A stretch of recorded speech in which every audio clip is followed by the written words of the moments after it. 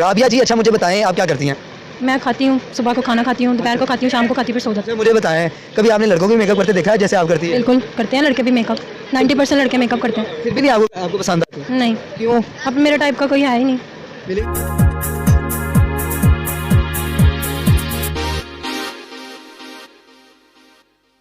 अस्सलाम वालेकुम, वालेकुम सलाम। कैसी हैं आप? ठीक ठाक। क्या नाम है आपका?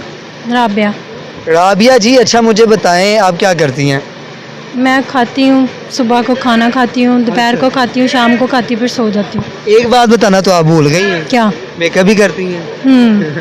अच्छा मुझे बताएं कि ज़्यादा लड़के खूबसूरत होते हैं या लड़कियां खूबसूरत होती हैं? डेफिनेट सी बात है, लड़कियाँ होती हैं।